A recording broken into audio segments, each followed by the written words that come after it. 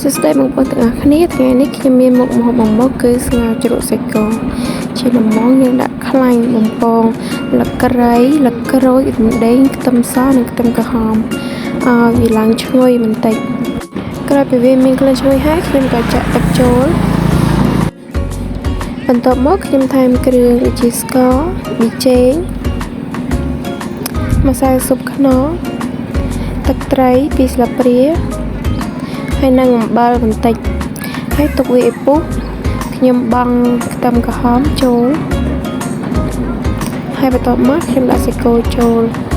សម្រាប់សាច់គោគឺយើងដាក់ភ្លាមយើងបិទភ្លើងភ្លាមតែម្ដងព្រោះសាច់គោពេលដែលយើងស្ងោរវាយូរពេកអាចនឹងឡើងស្វិតហើយបន្ទាប់មកយើងដាក់ជីហើយក៏ច្របាច់ក្រូចឆ្មាចូលតាមចំណង់ចំណូលចិត្តបងប្អូនចង់បានជូរប៉ុណ្ណាបងប្អូនច្របាច់ប៉ុណ្ណឹងទៅ